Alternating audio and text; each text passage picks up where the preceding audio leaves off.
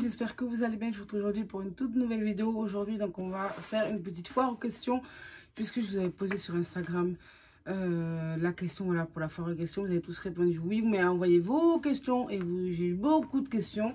Donc, du coup, j'ai décidé d'y répondre aujourd'hui. J'ai tout noté et j'espère que je vais pas trop blablater parce qu'il y a quand même pas mal de questions. Commencer de vivre en ayant subi une sleeve. Alors,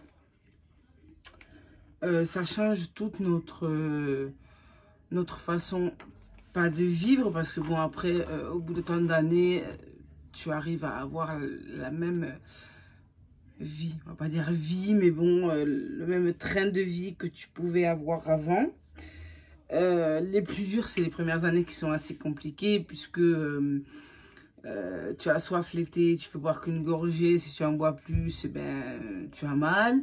Si tu manges trop vite, tu as mal. La seule chose qui change et qui est pour moi toujours d'actualité, c'est que je peux mettre entre 1 heure et 1 heure et demie pour manger une assiette et que je la termine très souvent, tout le temps, pratiquement froide. Ça ne me dérange plus de manger des aliments froids à l'heure d'aujourd'hui, alors qu'avant, ce n'était absolument pas possible pour moi. Mais maintenant, ça ne me dérange pas. Quand je vais manger chez ma mère, elle sait que je mets beaucoup de temps. Les gens sont au dessert, que je n'ai pas fini mon assiette. Et ben, je prends le temps de la manger parce que ça me frustre de ne pas finir une assiette. Donc, je prends le temps de la manger. Mais je mange toujours froid. Et elle me dit, ouais, mais c'est froid et tout ça. Et ben, j'ai pris l'habitude. Donc, voilà. Après, après, pour moi, ça a changé énormément de choses.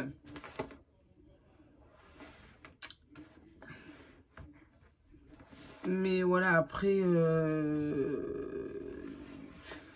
voilà, c'est un peu compliqué. Et ensuite, j'avais une deuxième question qui était, est-ce que ça change beaucoup de choses? Ça change énormément de choses, étant donné que ça change le poids, ça change la manière que vous aviez de vous percevoir, ça change énormément d'autres choses. Ben, y a des choses qui sont bien, d'autres qui sont moins bien, chaque personne est différente. Et ben, moi, j'étais très contente au départ et à l'heure d'aujourd'hui, je ne suis pas déçue de l'opération en elle-même, je suis déçue de après, puisque on vous suit, mais c'est pas assidu, c'est tu te bats pour avoir les rendez-vous avec ton médecin, puisqu'on te voit le premier mois, 3e mois, 6 mois, 1 an, et après c'est tous les ans. Sauf que, ben, à part te peser, te demander si tout va bien, il n'y a pas grand-chose qui se passe. Et voilà, quoi, donc c'est assez compliqué. Et ben, mon corps part complètement en vrille. Je suis en manque de toutes les vitamines du monde. Quand vous prenez des vitamines, sachant que votre corps ne les absorbe plus de la même manière, donc il vous faut limite le double. Tu es anémié constamment, ça te pose des problèmes de grossesse, ça te pose des problèmes pour dormir, ça te pose des problèmes psychologiques, parce que moi il y a des fois où je pète des plombs, voilà, il y a beaucoup de choses. Si vous voulez que je fasse une vidéo vraiment sur, je parle de moi, pas d'autres personnes, parce qu'il y a des autres personnes qui ont réagi très bien, pas de problème. Moi, je réagis bien, c'est juste que mon corps, là, maintenant, part complètement en vrille. J'ai tout qui déconne, tout qui part en sucette. Donc, si vous voulez que je vous en parle, vous mettez en commentaire, vous me dites, et je vous parlerai de ma sleeve. Et voilà, c'est vrai que les 2 premières années, je suis toute contente, c'est très bien, ça marche très bien, etc. Sauf que, ben, il y a des fois où ton corps part complètement en couille. Voilà, donc moi, c'est le cas, il part complètement en cacahuète. Voilà, donc au moins c'est dit, mais c'est vrai que c'est toujours plus positif que négatif, mais c'est vrai que là, je regrette pas parce que ça m'a aidé. Je regrette juste de ne pas avoir été informée de ce que ça pouvait faire quelques années après. Et j'ai d'autres personnes à qui on en a parlé, qui se sont fait opérer, etc., qui ont d'autres problèmes, etc., comme ça. Alors, au départ, on se dit, ça vient pas forcément de l'opération, etc., mais ben, à bien y réfléchir, moi, mon médecin traitant n'était pas pour que je me fasse opérer. Et à l'heure d'aujourd'hui, ce qui m'arrive me dit que c'est 80% des causes, en fait, de l'opération. En fait, le corps change. On n'a pas conscience, nous, en se faisant opérer, que ton corps va changer à ce point et que ça aura de telles incidences sur le futur. Voilà. Il y en a qui n'ont pas d'incidence et comme toute autre opération. Voilà, c'est Tout le monde est différent. Que penses-tu de ce qui se passe actuellement avec le coronavirus? Alors, grand débat, puisque je vous en parle très très souvent sur Snap, pratiquement tous les jours, je vous fais un épilogue de quelques snaps, etc. Donc, si vous ne me suivez pas sur Snap, je vous le mets en... N'hésitez pas à me rejoindre sur Snap. En fait, au début, pour être honnête, je pensais que c'était vraiment n'importe quoi. Je pense qu'en fait, ce n'est pas la maladie qui me fait peur. Parce qu'en fait, les gens pensent que ce qui est dangereux, c'est le virus. Alors oui, le virus est dangereux, etc. Sauf que ce que les gens ne comprennent pas, c'est que l'État, en fait, demande d'être confiné parce qu'ils ont peur justement qu'il y ait trop de personnes à soigner. Nos hôpitaux ne sont pas faits pour ça. Et justement, ils seraient dans l'obligation, si c'était le cas, de faire des choix, d'aller soigner plus des jeunes que des personnes âgées. Ça peut vous paraître aberrant, mais c'est comme ça et c'est la stricte vérité. On ne peut pas en vouloir aux médecins, etc. parce que nous ne sommes pas équipés pour. Donc, s'ils vous demandent de rester chez vous, ça c'est un truc qui va me mettre les nerfs, parce que ça me met les nerfs, je vous en ai parlé déjà. On vous a dit de vous confiner parce que justement, pour éviter une pandémie, pour éviter que ça soit la débandade dans les services de santé et qu'on puisse soigner tout le monde, sauf que les gens n'ont pas compris. Ils ont carrément été ce dimanche se bronzer la pilule tranquille. Ça, c'est un truc, on vous demande de vous confiner. Je veux dire, l'Allemagne, c'est confiné. L'Italie, c'est confiné. L'Espagne, il n'y a que nous, Français, tête de... Voilà, que nous sommes. On a décidé de faire comme on a voulu. Le problème, c'est que maintenant, on va peut-être passer au stade 4 et où on est déjà, parce que voilà, je filme cette vidéo, on n'y est pas encore, nous sommes lundi. Et Monsieur Macron doit parler ce soir à 20 h, donc voilà. Mais si on y arrive, c'est parce que malheureusement, nous, Français, nous n'avons pas écouté les consignes de sécurité et d'hygiène, tout simplement. Donc, le problème, c'est que ça va faire d'énormes pandémies et que oui, il y aura énormément de morts parce que les gens n'écoutent pas et parce que les services de santé ne sont pas faits. On n'est pas comme les Chinois, on ne peut pas construire un hôpital en 2 secondes, etc. Voilà, je veux dire, c'est... on ne peut pas accueillir tous les gens qui vont être malades. Et la seule chose que vous avez à faire, c'est rester chez vous. Je crois qu'il y a plus dur dans la vie. Je pense, certes, mon mari est auto-entrepreneur. Je peux vous dire que c'est une galère. Vraiment, ça va être une galère là pendant les jours arrivés. C'est une galère pour les gens qui ont des enfants à garder. J'ai ma cousine qui est soignante. C'est très compliqué. Je comprends tout ça, je comprends les petits métiers, tous les restos, etc. Mais c'est un mal pour un bien, je pense. Et je pense qu'en fait, les gens pensent que le virus, voilà. Mais le virus ne serait pas autant mortel si on écoutait ce qu'on nous disait. Après, ça reste mon avis. Je ne vais pas rentrer dans le débat parce que j'ai aussi un avis sur la théorie du complot, on va dire ça comme ça. Mon père, pareil, on a des grands discours, je vous ai déjà dit avec mon père, sur la théorie du complot, etc. Et il y en a qui disent que c'est tout simplement une arme de destruction massive qui aurait été inventée par les Chinois et qu'il y aurait eu une... qui aurait été inventée par les Chinois en cas de 3e guerre mondiale, etc. Et le problème, c'est qu'il y a une fuite, etc. Enfin, voilà. Est-ce que ce n'est pas un coup de l'État parce que nous sommes nombreux? Enfin, on pourrait en parler pendant des heures. On en a parlé avec mon père ce dimanche. Mais ça ne reste que mon avis. Mais je pense que nous sommes aussi dans une situation où on n'écoute pas ce qu'on nous dit. Ce matin, tout simplement, j'ai été à Carrefour faire des courses avec ma mère. J'ai été prendre le strict minimum. Je vois un mec qui a fait la queue et qui sort avec du papier cul. Mais quand je vous dis du papier cul, il avait tout le caddie. Je ne comprends pas. Je n'arrive pas à comprendre. Tu sors avec plein de pâtes, plein de... Oui, du papier cul. Ou j'ai loupé un épisode, il y a un truc que je n'ai pas compris, je ne sais pas. Et ce bandeau m'énerve au passage, voilà. Mais je n'ai pas compris. Et il y a des gens qui viennent, en fait, ils savaient qu'ils faisaient passer 100 par 100. Donc moi, j'ai laissé mon doudou à la maison. J'ai dit, écoute, tant pis, tu restes à la maison tout seul. Je peux pas, en fait, te prendre avec moi, prendre la place de quelqu'un qui va aller faire des courses. Et alors, parce qu'ils vont compter les gens. Donc, je ne peux pas, Mato, il faut que tu comprennes, voilà. Dans là, ils viennent à 3-4 et il y a un mec derrière moi, il leur a dit, mais vous avez des enfants, excusez-moi, faites-les garder. Vous prenez la place de personnes qui pourraient faire des courses, ça pourrait aller plus vite et il y aurait moins de queue. Enfin, et la meuf, elle te dit, oh, mais j'y ai pas pensé. Mais c'est logique, mais moi qui suis bon à l'intérieur, j'y ai pensé. Donc, ouais. Voilà, enfin, on pourrait en faire un débat et je pourrais vous en parler pendant des heures, tellement il y a des trucs à dire et à redire. Mais voilà. Ensuite, est-ce que tu es heureuse dans ta vie? Alors oui, je suis très heureuse dans ma vie. Après, il y a des hauts et des bas dans la vie, comme dans tout. Il y a des hauts et des bas dans un couple aussi. Voilà, je suis toujours positif. Et puis, je me dis qu'après, le négatif peut arriver que du positif. Donc, oui, je suis heureuse dans ma vie. Il me manque certaines choses, c'est vrai. Mais pour l'instant, je suis très heureuse comme ça. Même si des fois, ben, voilà, j'ai un petit peu des coups de mou, etc. Mais voilà, ça, pareil, je pourrais vous en expliquer. Mais c'est dû à la sleeve, dû à beaucoup de choses, etc. Donc, du coup, voilà. Mais je suis très heureuse dans ma vie. Donc, voilà. Ensuite, qu'as-tu déjà vécu d'inattendu grâce aux réseaux sociaux? J'ai rien vécu forcément d'inattendu à part qu'on m'ait reconnu dans la rue. Et moi, je suis quelqu'un, en fait, je déteste être regardée, me sentir observée. Et je me souviendrai toute ma vie, je sais pas si elle a passé par là, j'étais à Palavas, on était donc en plein été, voilà, mon mari est musicien, etc. Et il y a une meuf au loin, elle arrêtait pas de me regarder. Et en fait, je dis à Aurélia, mais elle va arrêter parce que je vais lui rentrer dedans, quoi. En fait, je ne supporte pas qu'on me regarde. Voilà, je n'aime pas être regardée. Je suis mal à l'aise avec mon image. Enfin, c'est encore un grand débat. Et en fait, la meuf s'approche de moi avec un grand sourire, qu'elle me dit, mais t'es celle qui fait des vidéos, etc. Et donc, après, ma colère est passée, donc je réponds avec un grand sourire, etc. Mais c'est la seule fois, voilà, où on m'a reconnue. Après, des trucs bizarres, j'ai eu des choses bien cheloues, hein. Tu as des mecs très, très bizarres, hein, sur les réseaux sociaux. Tu as même des gens très, très chelous, hein, qui te rajoutent et qui t'envoient des trucs un peu bizarres, hein. Mais sinon, à part ça, j'ai jamais eu de trucs vraiment bizarres par rapport aux réseaux sociaux.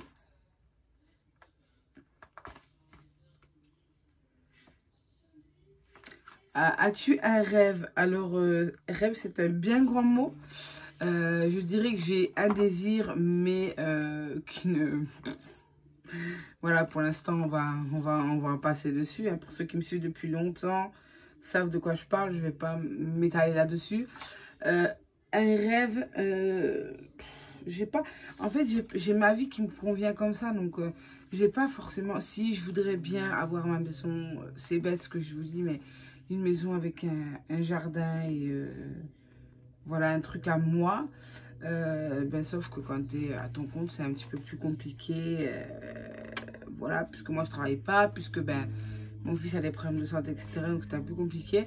Mais ça viendra de toute manière. Donc, voilà, je j'ai pas de grands rêves à proprement parler. T'intéresses-tu au végétarisme, etc. Alors, pas que je m'y intéresse, parce que... si, on va pas dire que je m'y intéresse pas, parce que je me dis que dans un futur proche, de toute manière, on n'aura pas trop d'autres choix. Donc, elle parlait de végétarisme et de tout ce qui est végétal, etc. Et je pense qu'on n'aura pas d'autre choix que de toute manière de... même si on continue à manger de la viande, à passer par tout ce qui est graines de soja, tous ces trucs comme ça. Je pense que c'est pas plus mauvais que ça pour la santé. Je m'y intéresse pas forcément. Je suis pas une grande mangeuse de viande. Mon mari non plus. Après, honnêtement, je ne pourrais pas me passer de lait, d'œufs, etc.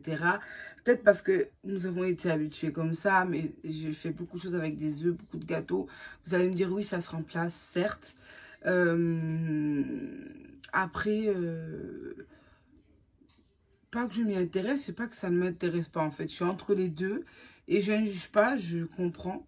Il n'y a pas de problème. Ça me dérange pas d'aller dans un resto végé ou un truc comme ça. Ça me dérangera pas du tout. Je comprends en fait que ben il y a certaines personnes qui font des choix et je ne vais pas juger ces gens-là. Donc voilà. Mais moi personnellement, ça me dérangerait pas de ne plus, on va dire, inclure tout ce qui est viande. Protéines animales, etc. Après, les œufs, je vous dis, ça serait plus compliqué. Le lait, un petit peu plus compliqué. Mais après, tout ce qui est viande, etc., je ne cours pas après. Je n'arrive pas à digérer. Enfin, on n'est pas vraiment... voilà. Voilà. Donc, je m'y intéresse sans m'y intéresser. Il faudrait peut-être que je m'y intéresse, que ça serait plutôt pas mal. Qu'est-ce qu'on peut te souhaiter? On peut me souhaiter beaucoup de choses. Je sais pas, on peut me souhaiter un bébé pour 2020, ça serait pas mal. Sauf que ce bébé n'arrivera jamais, je crois. C'est très compliqué. On peut me souhaiter, je sais pas, encore 20 ans de bonheur avec mon mari, parce que ça va faire 20 ans qu'on est ensemble, donc voilà. Mais après, je vous dis, j'ai ma vie, elle me convient très bien. Je suis pas à la recherche du bonheur gelé, je suis pas à la recherche de l'amour gelé. Je suis très heureuse comme ça. Ma vie me convient en fait. J'ai pas de... Voilà, à part un bébé, je crois qu'il n'y aura rien qui pourra combler ma vie puisqu'elle l'est aujourd'hui. Es-tu croyante? Si oui, pourrais-tu développer? Alors je me dis, j'ai réfléchi à cette question. Voilà, c'est pour ça que j'ai répondu direct. Croyante dans le but à croire en Dieu. Alors je me dis que si je crois au mal, on croit forcément au bien. Étant donné que je crois au mal, puisque j'ai pu en être témoin à diverses reprises, je suis obligée, et je crois bien sûr, je suis croyante, pas au point d'aller à l'église tous les dimanches, etc. Mais j'ai une croix qui doit être par là. Vous la voyez pas, mais elle est là. Mon mari est extrêmement croyant, enfin extrêmement. Pareil, il va pas à l'église, mais voilà, voilà, il est voyant, médium, etc. Donc c'est voilà.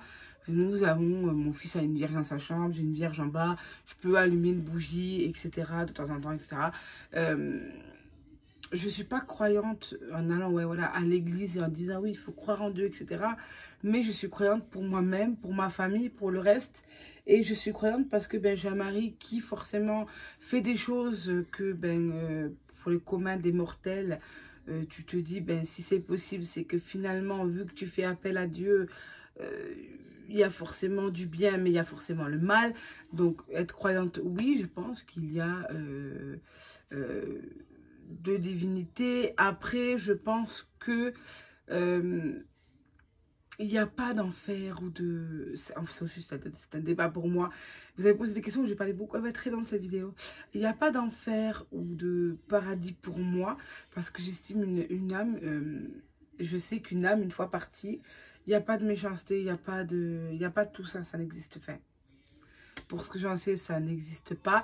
Il y a des êtres mal intentionnés, on va dire comme ça. Mais il n'y a pas d'êtres mal intentionnés en enfer et que des anges. Enfin, ça, par contre, j'ai du mal à y penser.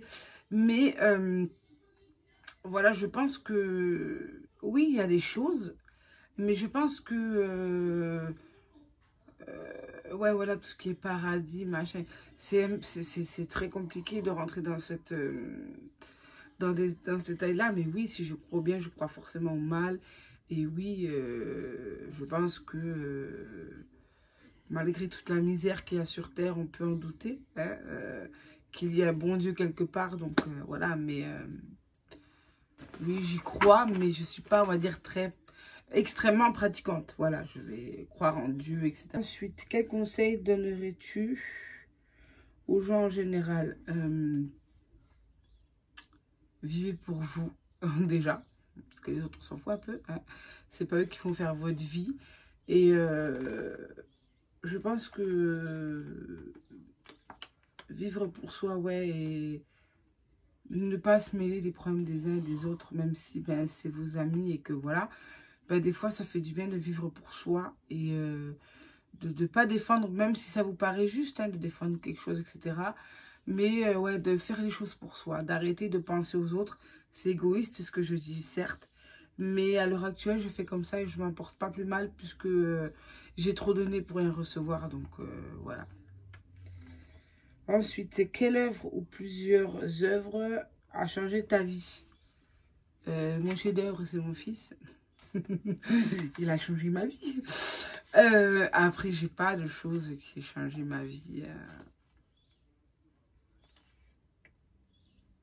J'ai pas grand chose qui a changé ma vie. Ma vie, elle a toujours été comme ça. Donc, as-tu un ou des projets en tête? J'ai un projet en tête, j'en parlerai pas maintenant tout de suite. Avec une amie, mais on attend que tout ça se bouge un petit peu. On attend des formations, on attend quelques trucs. On voudrait ouvrir un petit commerce toutes les deux.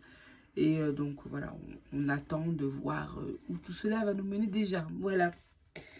Quel travail faisais-tu avant? Alors, il faut savoir que je n'ai jamais travaillé. J'ai, en fait, eu mon CAP service aux personnes, CAP vente. J'ai eu un BEP, j'ai un niveau BEP vente. Et ben, j'ai eu mon fils après. Et ben, mon fils a eu des problèmes de santé. Donc, ce qui fait que ben, il a fallu toujours que je sois derrière. Donc, je n'ai jamais travaillé à proprement parler. Après, j'ai fait beaucoup de marchés de Noël pour maquiller les enfants. J'ai fait beaucoup de carnaval, je fais beaucoup de mariages, etc. En tant qu'auto-entrepreneur. Mais j'ai jamais en fait vraiment travaillé, être employé, etc. Machin. Donc, ensuite, pourrais-tu nous expliquer l'hyperactivité? Oui, ça c'est un grand débat aussi. Hein. L'hyperactivité, c'est quelque chose d'assez mal connu parce que quand on vous dit qu'un enfant est hyperactif, pour vous, pour la plupart des gens, c'est simplement un enfant qui bouge et qui est mal élevé. Sauf que l'hyperactivité est un symptôme d'une maladie. Ce n'est pas la maladie en elle-même. J'avais déjà fait une vidéo, je crois, il y a quelques années là-dessus. C'est-à-dire que ça s'appelle au début un TDAH.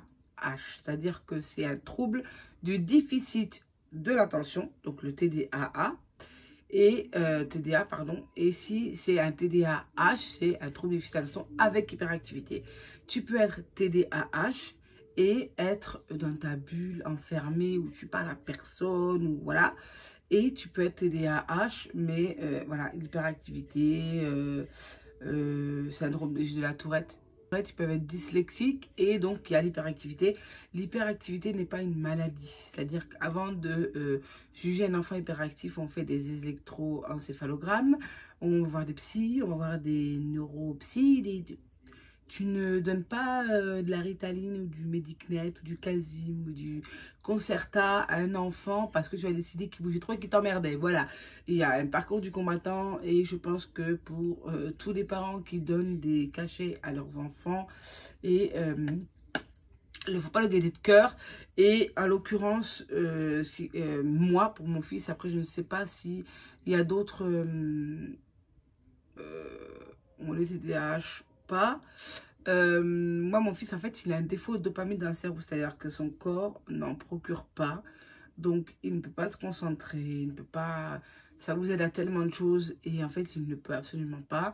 Donc, les médicaments qu'il prend chaque jour, qui sont extrêmement lourds, l'aident en fait à tout ça parce que il n'arrive lui-même pas à se concentrer. Il faut savoir qu'un enfant qui est comme ça le vit extrêmement mal parce qu'il se rend compte en grandissant de la différence qu'il a avec les autres. Et je vous jure que de donner des cachets à un enfant depuis tout petit, que tu sais qu'il en a absolument besoin, que c'est limite vital, c'est loin d'être quelque chose d'agréable à faire. Mais ben, dans la vie, c'est comme ça. Je préfère qu'il soit TDAH plutôt qu'avoir un handicap beaucoup plus important.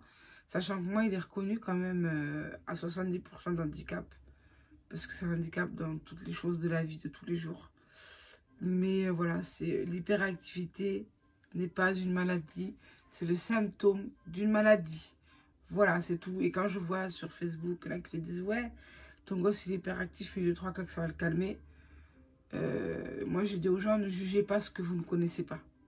Voilà, c'est comme un enfant autiste. Tu te dis, oui, c'est triste. Mais quand tu le vis, c'est tellement malheureux pour les gens autour. En fait, c'est pas malheureux parce que l'enfant est malade. C'est malheureux parce que les gens autour ne tolèrent pas. Moi, j'avais un copain que Mato avait, qui était petit, hein, et il était autiste. Une fois, il arrive à la maison, il m'explique, donc, un enfant adorable, etc. Mais dès qu'il n'arrive pas à faire quelque chose, il hurlait. L'école a poussé les parents à bout pour le déscolariser, le mettre dans une école spécialisée, alors que pourtant, l'école niveau scolaire était bien.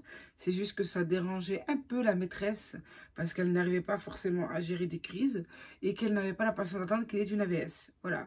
Les gens autour, quand tu vas dans un magasin que l'enfant hurle, ne juge pas un enfant qui hurle si tu ne sais pas pourquoi et si tu ne sais pas... voilà, tu n'as pas le pourquoi du comment c'est arrivé. Il y a des enfants qui font des caprices, oui, c'est vrai. Mais il y a aussi des enfants qui ne savent pas dialoguer autrement. Ces enfants-là ne savent pas. Voilà, si tu peux leur apprendre, tu peux avoir la meilleure éducation du monde. C'est une maladie. Le cerveau ne fonctionne pas de la même manière. Et ça, on apprend à le tolérer, on apprend à le comprendre quand ton enfant lui-même a des soucis. Et tu te dis, mais le regard des gens, il est juste... il est limite... il fait limite plus mal que la maladie en elle-même. Donc voilà, j'espère que cette vidéo vous aura plu. Je vous fais d'énormes bisous. Et on se retrouve bientôt pour une prochaine vidéo. Bye!